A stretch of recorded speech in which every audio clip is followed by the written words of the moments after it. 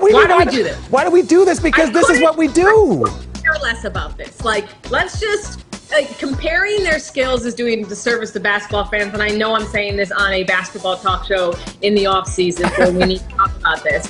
But I just appreciate, like, let's have positivity in this world and appreciate, Kyrie's ability to finish at the rim and Steph's ability to dance on the 3-point line. Like, just appreciate it. Brian, thanks, Brian. Come on, Brian. Cass, you're looking at this the wrong way. This is a guy hanging on to the end of a roster who was asked about a star teammate. You're darn right his is better. Hey, Mike, which is better, Uncle Drew or Space Jam? The answer better be Uncle Drew. Who makes the best tofu burritos? Kyrie. That is the correct answer, sir. I don't care what the reality is. Good answer. Good job. Enjoy your spot on that roster going forward. Yeah, look, the right answer is always your teammate unless your teammate gives the other answer. That is the only time. People ask me all the time, who's the GOAT, LeBron or Jordan? I'm like, well, one of them gave me a ring. Who do you think I'm going to say? So you just got to pick one. There's no slander here. I think Steph, his ability to shoot. Kyrie has stuff that we've never seen before. I think that's the biggest compliment to both of them, is that both of them do stuff that we've never seen players at their size do. So thank you to Ramona Shelburne for joining us earlier. Thanks, Cassidy and Brian. The Jump is back next Wednesday, but I want to ask you guys one thing. Cassidy, when you come and when you host, can I come on the show? Can I come be on the set with you? I mean, I don't make the decisions, but I heard that you are. So I'm coming to LA for 2 weeks coming up. You're coming to LA for 2 weeks, so we're going to get you in here. We're going to be able to kind of chop it up back and forth, because I think it's... What's going on? I'm Richard Jefferson, and I am back hosting The Jump again. So here's what we have lined up for you. The Ben Simmons saga, well, it continues. Would he actually sit out games? And if so, for how long? The NBA memo on stricter protocols for unvaxxed players is now public. How could this potentially impact stars? And the Bulls, they are building around Zach LaVine, but can they convince him to stay long term? And Twitter is doing what Twitter does. It's trying to figure out who is more skilled between Kyrie and Steph. I know who Drake is picking. He's picking Aisha's husband. All that and much more is coming right now on The Jump, so hang out with us before you start your Labor Day weekend.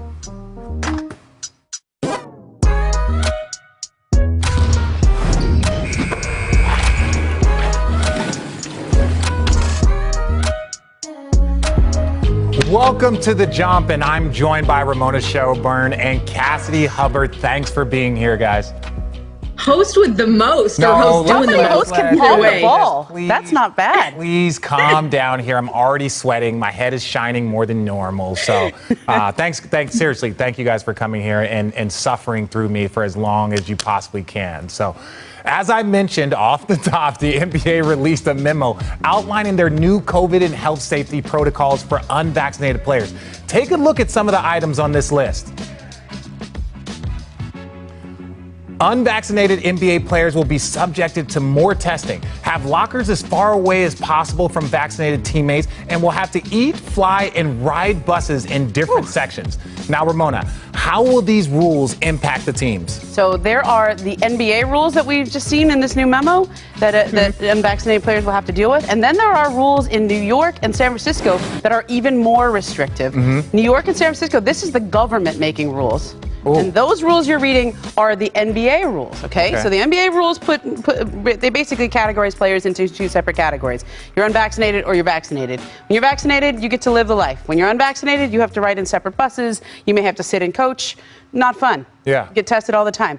In New York and San Francisco, there are local ordinances. This is the government. It's not collectively bargained with the Players Association, where at events over 1,000 people, so that would be every NBA game, essentially, this indoors, if you are unvaccinated, you are unable to work. Now, these rules were put into place in New York and San Francisco because of arena workers, there are concerts in New York, things like at the airport.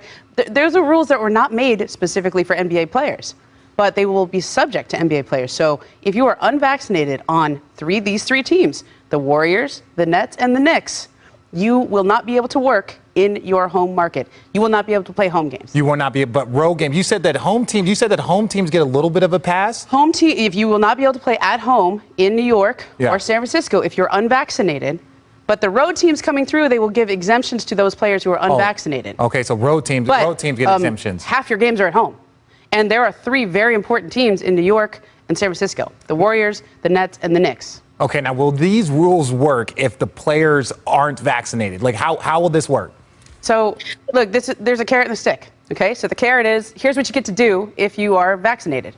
You get to live a fairly normal life. Yeah. If you're unvaccinated, you don't get to live all that fun of a life. Ramona, Yeah. The biggest complaint I heard on the road last season from players and coaches was just how much the health and safety protocols on a daily basis was getting to them physically and mentally. And these guys rely on their routine, as you know, RJ, to get just that little bit of edge that separates them at this level. And if you're unvaccinated, you still have to test every day, quarantine if you come in contact with someone positive. But then you compound it with the aspect that you won't be able to commiserate about the process with your teammates who are vaccinated and don't need to be quarantined or test every day. And it creates this divide between you and the team.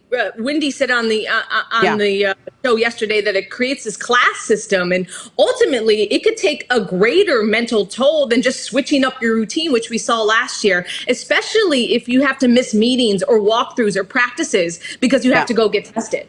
Well, my biggest question to you, Cass, is when you look at how it's kind of be kind of broken up, how do you manage this? We understand that, okay, in New York and LA, there's government officials, but if you're traveling to places, that aren't as restrictive, can the NBA, are the teams going to enforce that? Are you going to have, let's say if you had your 3-star players and you're talking about the 97 Bulls, if Michael Jordan, Dennis Rodman, and Scottie Pippen weren't vaccinated, like, could you really tell them to not play cards with their teammates? How is that going to work with the star players? Yeah, them the rules. Those are the rules.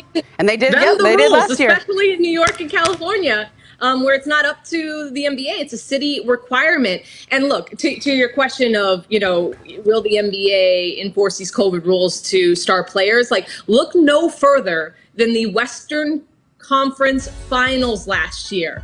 Like, biggest example is that Chris Paul being one of the best stories of the playoffs and missing the first few games of the Western Conference Finals. Like, if the NBA does make exceptions for star players, that opens up a whole bigger issue in the league, especially when safety is the concern here. Well, Rich, there are different rules for different players, right? It's a carrot and a stick. In other words, there's all these things you get to do if you're vaccinated. There's all these things you don't get to do, okay? So this is the punishment now. In New York and in San Francisco, there are going to be severe punishments. Are you really going to not get a game check? Are you going to not work for all the home games if you play on the Warriors, the Knicks, or the Nets? That's a If you're unvaccinated, are you going to sue the state of New York, the state of California, in order to be able to work, to maintain your job and your game check? Are you really going to go that far not to get vaccinated? Well, like, that's the stick, okay? No, and it's going to be difficult to really just kind of manage this because I think it's still moving, right? Yep. We have weeks and just a month before the season starts, and so I feel like there's going to be a lot of change and a lot of conversation. And Richard, it's going to get more. It's going to be more. And Momo, back in July, Michelle Roberts, I spoke to her. She was praising the fact that 90% of the league was vaccinated, and that was before the FDA approval of Pfizer. So that number could be higher, even though I'm not sure if it took into account this rookie class. Yeah. So in my opinion, it's clear the NBA is sending a bigger societal message that, well, they trust science and sending the promise of returning to normalcy in terms of protocols if you get vaccinated. Yeah, well, we're going to have to pay attention to this because it's going to keep changing. But let's get back to talking actual basketball for a second. The Nuggets dropped this video of Nikola Jokic yesterday, and look at the MVP. Look at what he's doing. He's got actual muscles. He's coming into this season in shape, and that maybe wasn't always the case. Look, here are the MVP odds for next season from Caesars. Jokic is ranked 8th, and this is coming off an MVP season. Clearly, he's not getting the love from Vegas. Cassidy, what are the chances of Jokic becoming a back-to-back MVP, especially when you look at his conditioning already? I mean, is there a chance? Sure. I voted for Jokic for MVP. His numbers were insane. But I think what contributed to that was the best ability. You know where I'm going with this, RJ, was availability.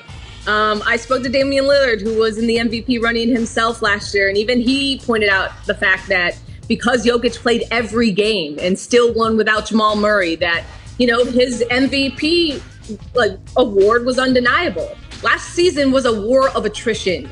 So Jokic made sense in a season that didn't make a lot of sense. So I'm hoping that we don't see as many absences as we did last season.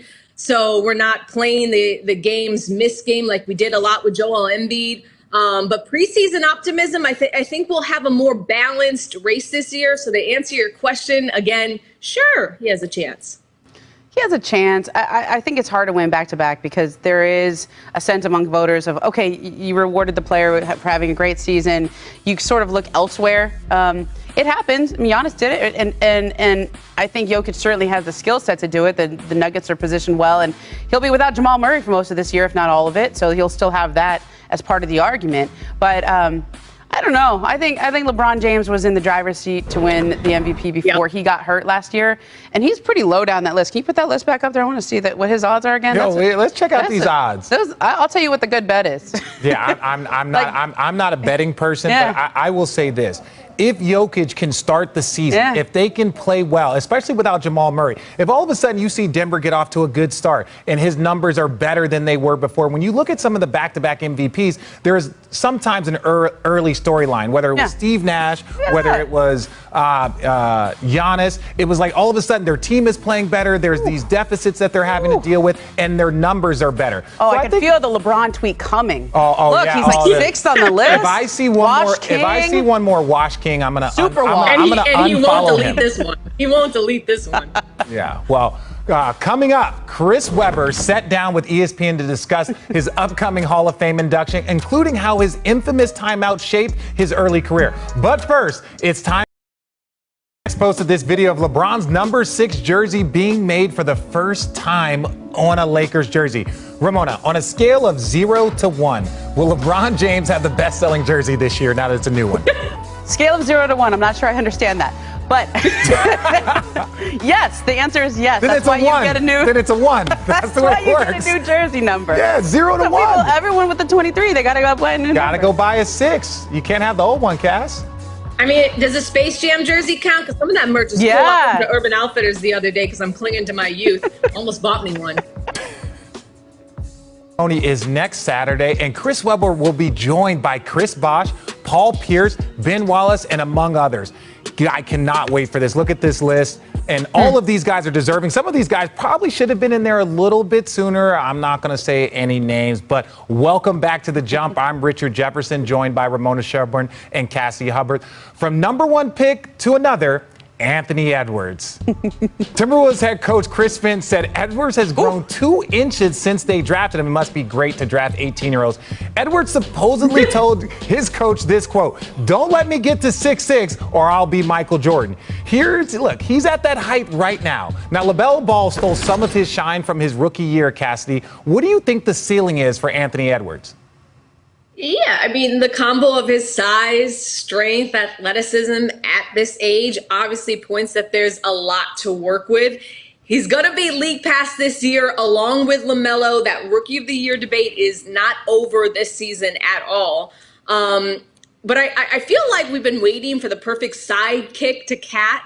But Ant's confidence will make you question who is the sidekick. The upside is there, guys. What I'm certain, though, of is he's first team all soundbite without even trying. Oh, yeah. Fact. As someone who has interviewed him, though, don't force the joke because it is his show. He'll give you gold if you're patient. You know, it's not every single soundbite, but if you spend enough time with him, he'll give you something. You're right about that, Cass, man. You could just put like the highlight reel of all his interviews. I actually would watch Minnesota Timberwolves Zoom calls at night after games just to see what he was going to say.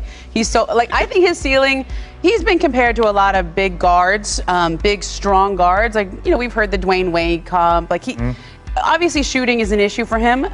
He's got to work on that and be able to knock down shots. And I remember when Chris Finch took over, I sat down with him and Gerson Rosas and said, "What was your approach to Anthony Edwards? What do you need to do with him?" And Chris Finch said, "We just need to make it simple for him. we don't need him to do everything. We need to be able to get him to the rim and catch and shoot threes. That's what he needs to focus on and getting better. And they did a lot of things to that offense to simplify things for him. I think when D'Angelo Russell came back, we saw a different look for him as well because he had another creator out on the floor. But Anthony Edwards, you forget, he reclassified, so he's actually younger than a true rookie last year. And you didn't have the benefit of summer league. You didn't have training camp in the way that you normally did. So that's why he looks so much better from the second part of the year on. After the All-Star break, he really looked like a different player because he got all that rookie stuff that you go through that you normally would go through in the summer. That's what he went through during the year. Yeah, well, and the one thing to your point, Cassidy, is when they were talking about trying to find that person to pair up with Cat. This is my thing about Karl Anthony Towns. He's kind of at that spot now where he needs to prove that he is going to be a 1A. Because if Anthony Edwards continues to grow, continues to get better, all of a sudden this starts looking like his team. I'm not going to go LaMarcus Aldridge, Dame Lillard situation, but you can start to see it's like, Cat, you've been there. And I know Cat hasn't had a ton of quality around him. He's had teammates, but I wouldn't say another all-star level. Andrew Wiggins wasn't that guy. They're still searching for it. But, you know, I think Anthony Edwards might be able to take over that #1 spot, Cass. And he has that cachet, RJ, to your point. Like, he was not scared to speak up in the huddles last year. I mean, he has a voice on that team. So, you know, it's Cat's time now. I mean, he's and here's the thing with Cat. He's always been, you know, he has potential to be an MVP, but the potential window is closed. Oh, well, coming up next, though, Ben Simmons Sixers offseason drama continues. Would he really consider sitting out and wait next? And think you're going to get different results. What legacy do you hope to leave in Philadelphia? That's winning a championship, obviously. Yeah. You know, I need to be better for my team, and my main goal is to win the championship. I'm going to still try to do my best to bring the championship back to Philly. Welcome back to The Jump. I'm Richard Jefferson, joined by Ramona Shelburne and Cassie Hubbard. Now, let's get on to this drama between Ben Simmons and the Sixers. Now, under the CBA, a player who fails to render services could be suspended and fined for each day he does not show up. That means Simmons could forfeit $250,000 every practice and game that he does not play. Now, Ramona, would Simmons actually be willing to sit out? And if so, for how long? Well, he says he is. I mean, that's when they had that meeting last. I guess it was a couple of weeks ago at this point. He looked the owner, Daryl Morey, and Doc Rivers in the eye and said, "I'm willing to do that." And it's different coming out of his mouth than it is out of an agent's mouth. Now, we are still in. Well, that meeting was in August. Now we're in September. It is one thing to say it. It's another thing to miss a game check. It's another thing to miss those checks. And this gets very real, Richard. And this is where I think some of the accountant comes into play.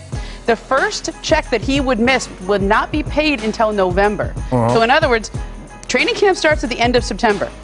So you could go all the way from the end of September until that first check comes in November. That's a long time. That's over a month where if you're not reporting for duty, this will be a problem for the Sixers for over a month. It's not just that, is he willing to sacrifice the money? Are they willing to go through all of that for over a month? Yeah, so go ahead, Cass. No, I mean, look, we've known from Ben's side for a while that this is done. There is no more marriage counseling.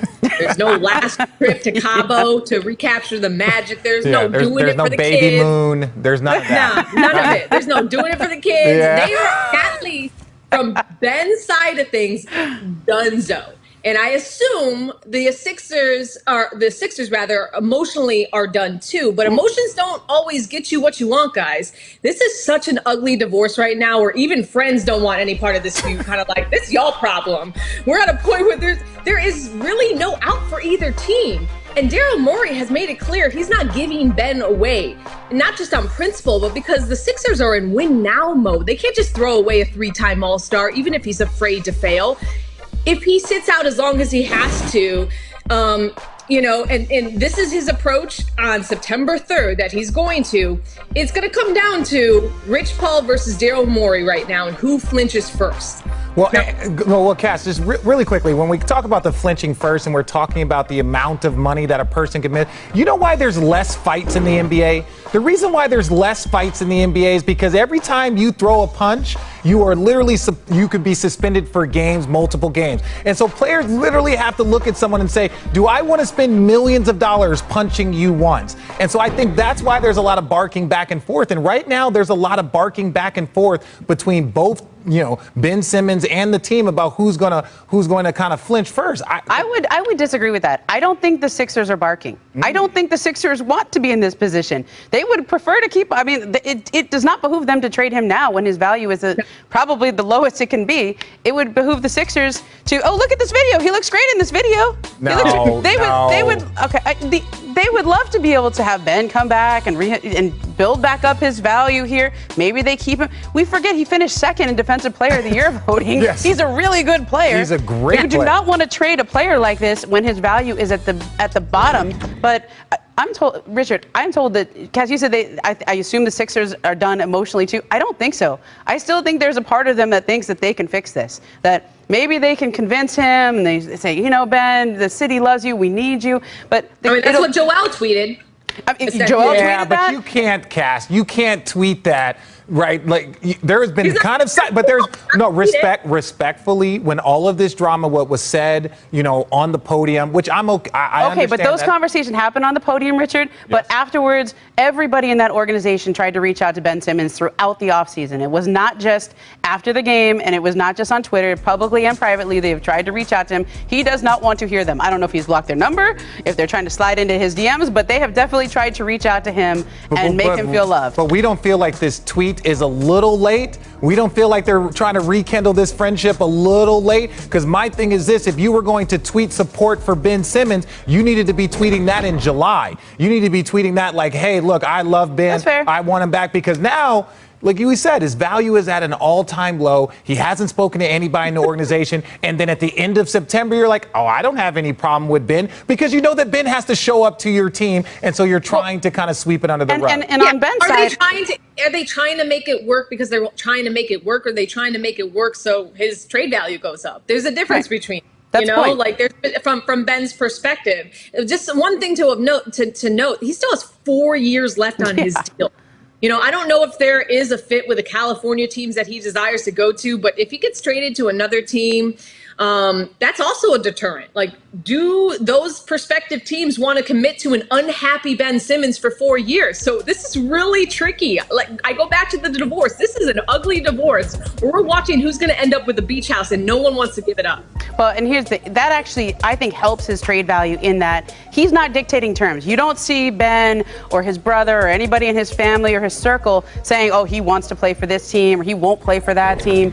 I remember talking to Anthony Davis's dad. He said he doesn't want to go to Boston. Like, you don't hear him saying that. And the messaging I'm getting essentially is he'll go anywhere. He just doesn't want to go to Philly because of what's happened there. And I think he's fair to want a fresh start. The question is, there's no interest for him to rebuild his trade value. Why does that help him? Yeah. That only helps the Sixers. The only thing that helps him is to get paid. That's the only thing he's risking. And he right now, in early September, he seems to be willing to not get paid. Well, look. Let's move on to something a little bit happier, something a little bit nicer. Zach LaVine, who is the centerpiece of the Bulls roster that just added DeMar DeRozan and Lonzo Ball this offseason.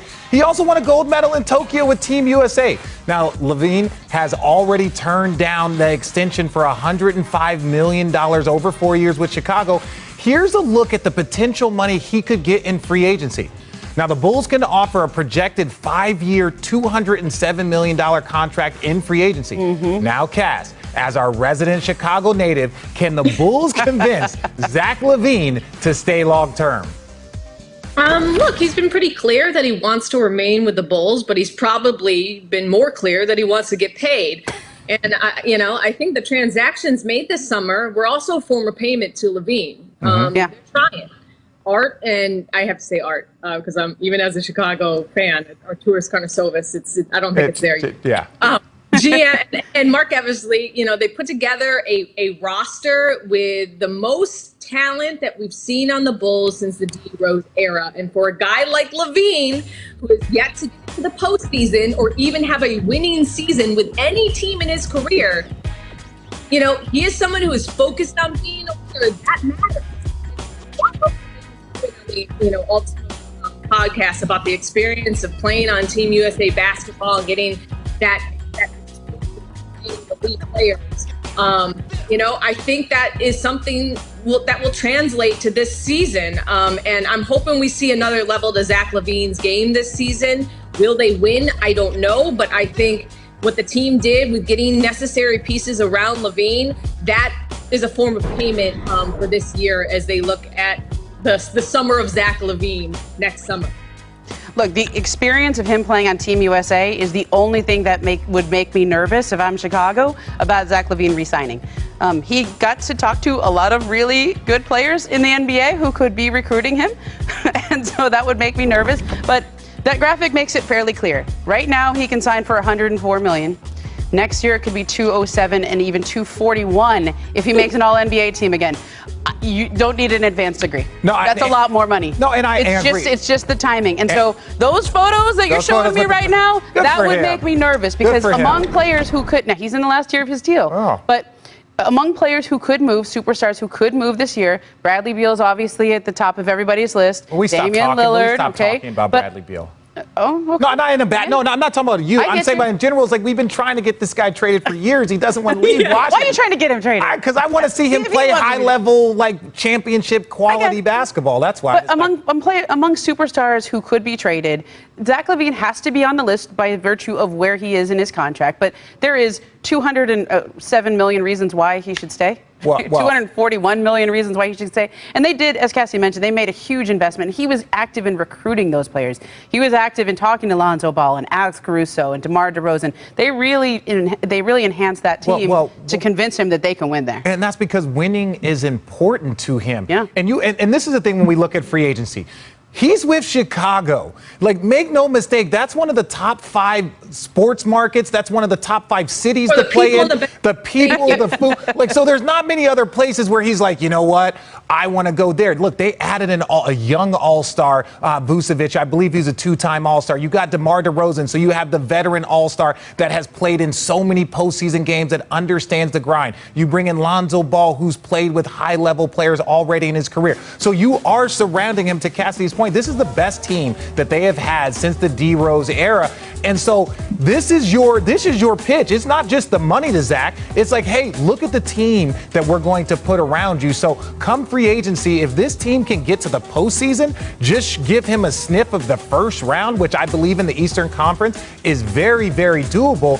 Why would you not want to stay there and continue with a franchise that is not only willing to build around you, but they're investing in you? This is the type of stuff that I know that Luka is going to want to see in the next few years. Just players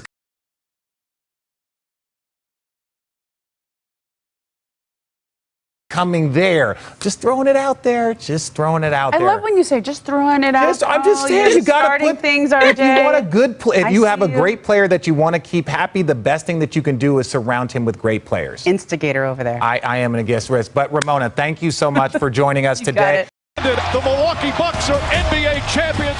Big moves. I'm a big dog. Give me what's mine. I want it all. This might be the best season. I can't think of a season that I've looked forward to more. A goal to win another championship. I got 6 legitimate contenders in the Western Conference alone. One of the deepest drafts I can recall since I've been doing this. Which conference is now stronger? I think it's the East, and I think it's clearly the East. I don't know how you have enough answers to deal with what those 3 guys bring to the table. When you have Giannis, when you have Drew Holiday, Middleton, the Milwaukee Bucks are going to be a force to be reckoned with. Well, the championship matters. That's all that matters to this franchise.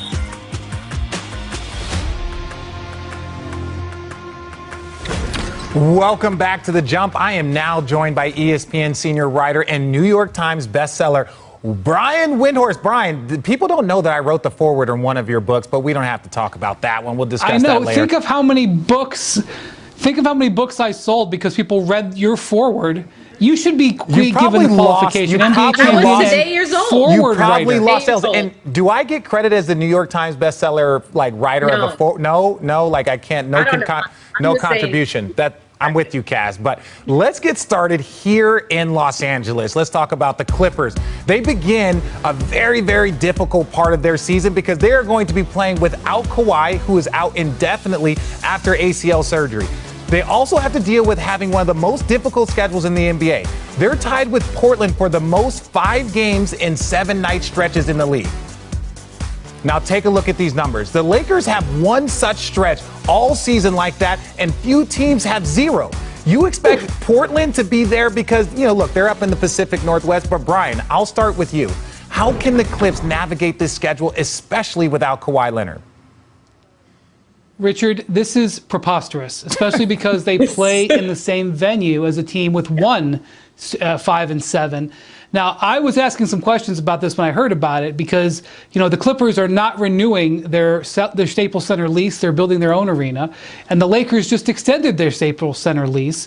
And maybe it factored into the dates that they got was what I was asking. I don't think it's as simple as that. But in addition to the 5 and 7, the Clippers have 7-day games, I believe, on their schedule this season. Those are difficult. As you know, Richard, I mean, you can speak to it more than anybody. Oh, they're the worst. Especially because this team is not going to have the ability to rest players like they have in recent years. They don't have that cushion in Kawhi Leonard. I think they're going to have to play way more games to win, and it's going to be much more difficult. The league used to celebrate getting rid of 5 and 7s.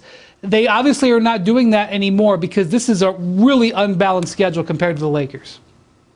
Yeah, I mean, I spoke to Paul George at Summer League, and we just talked about how good it felt to prove people wrong in the playoffs. Well, he's going to have to continue to do that, and he'll have the opportunity this season. It's going to be PG, Reggie Jackson. We'll see how that relationship and friendship plays out more on the court. Terrence Mann, what type of leap he can make.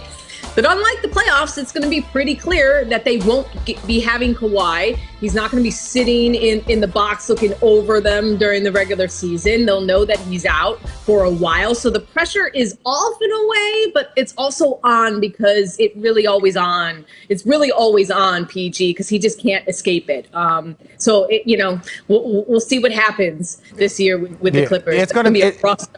Yes, it's going to be tough to escape that but I think PG plays a little bit better when he is the solo star because he doesn't concede as much. He's only focused on just going out, getting buckets, and playing his game, and that's when I think he's at his best. But I will say this, and Brian, I want to ask you this question about tweaking the schedule. We know that the teams see the schedule before the public. The teams see the schedule before we do. So a lot of times the teams can say, hey, can we take this one game off, or can we switch this, or can we flip something? I know Greg Popovich used to do that with the rodeo schedule. They would get like 12 road games in a 5-6 week span, and he would go and tweak one game to give them some more break. Have any of these teams considered like going to the NBA and saying like, hey, this is a bit unfair? That already passed. They get the opportunity to look at the schedule before it is released. That would have already happened. And, the thing about it is there's not a lot of maneuverability in the Staples Center schedule. You can't move games around as easily. So that's a reality that's been there for a long time. It's not new. They also probably wouldn't have seen other teams' schedules to know. They would have seen theirs, but they wouldn't have been able to compare it to the Lakers. So this probably hit them as a surprise. And it had to be a very unwelcome surprise considering all the other challenges for this season. Yeah, well, let's shift gears back to the East and talk about the defending champions of the Bucks. They open against the Brooklyn Nets and then immediately hit the road to play the Heat to start a 3-game road trip. Cassidy, the Bucks played deep into the summer and had 2 players play in Tokyo. Are you concerned at all about their short off season? I'm concerned about the short off season across the league. I'm concerned about a hangover from what was an exhausting season. Being in Las Vegas during Summer League, the biggest takeaway I had while there is that everyone was exhausted. And, it's a short turnaround to the start of the season. Training camps open end of September. As far as the Bucks are concerned, I think it's going to be interesting to see how Giannis approaches this season. He was pretty deliberate, as far as what he wanted to accomplish this year coming off of signing that record deal at the beginning of the year. We know that the Bucks are a great regular season team. They proved that they could be a great postseason team, of course, last year. Giannis seems to be unfazed by the noise, but I think it's going to be a really interesting year for him to see how he responds. Yeah, I'm not expecting them, Richard, to be, lily fresh in November and December. But in talking to folks in the Bucks organization, They realize that to have a chance to repeat, they're going to have to get a good seed. They know that the Nets are going to be better and healthier, probably. They know that the Heat have improved. Who knows what the Sixers will be? Obviously, the Hawks are a serious contender. So I'm not expecting them to come flying out of the gates, but I am expecting them to have the gas pedal down for a lot of this season. They're still a relatively young team, and they want the chance to defend their title. So I'm looking at them, as Cassidy said, to season. That's what Mike Budenholzer has always done. I expected for them to still do it. Their over-under, I believe, was 53.5.